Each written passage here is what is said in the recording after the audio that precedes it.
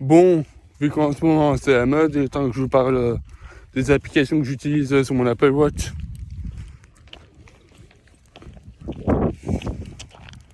La première application que j'utilise pour mon suivi sportif, c'est bien évidemment Strava, qui a cette application permet en plus de synchroniser les données de santé sur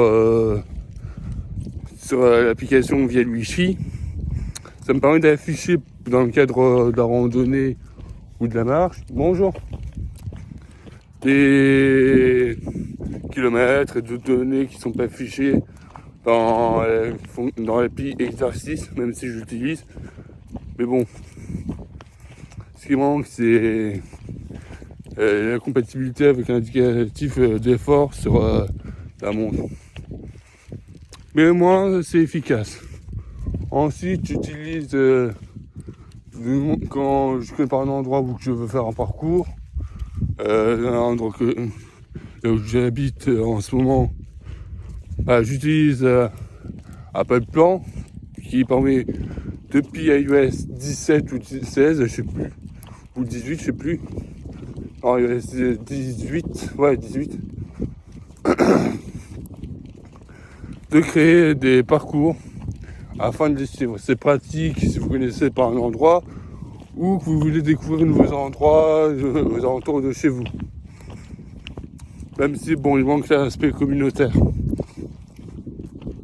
Enfin, pour tout ce qui est pour découvrir d'autres endroits, et que dans 5 ans, j'utilise, c'est rare, Komoot, Visorando et des applis de randonnée.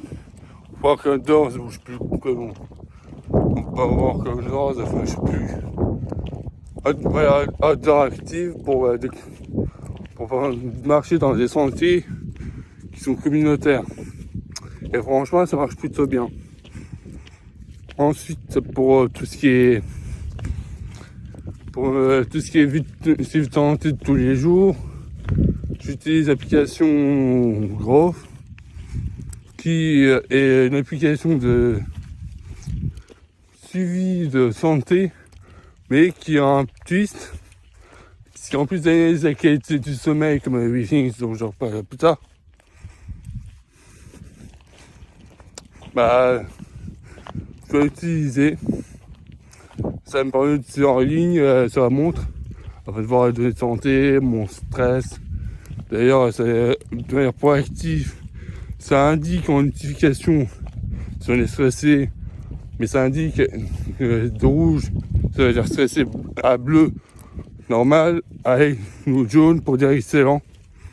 Et ça met un petit emoji animé pour dire ce que ressent notre corps, et ça nous donne des conseils en amont. Ensuite, je parle de WeThings. Pas besoin d'expliquer ce que c'est l'application de santé de l'entreprise de santé la plus connue au monde et la plus qui fait plus de chiffre d'affaires et qui est 100% française, Cocorico.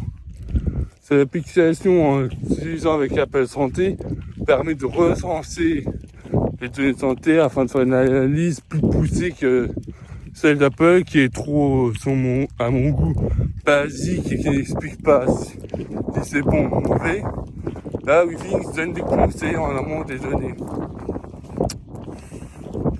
Ensuite, pour tout ce qui est tous les jours, quand je me promène, j'utilise l'application podcast de base de l'Apple Watch, puisque ça permet d'écouter de la musique sur le téléphone, des podcasts sur le téléphone ou sur la montre. Parce que là, vu que j'ai un problème sur mon téléphone, enfin bref, je vais pas aller sur le problème d'iOS. Il y a des extraits sur Twitter qui expliquent déjà les choses. Et en plus, Apple, ils a pas trop corrigé les bugs. Moi, ils n'aiment pas trop faire un OS stable, ils préfèrent ajouter plus de features au lieu de stabiliser ensemble comme le fait Google.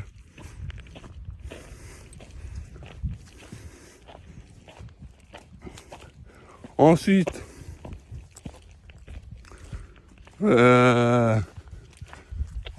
j'utilise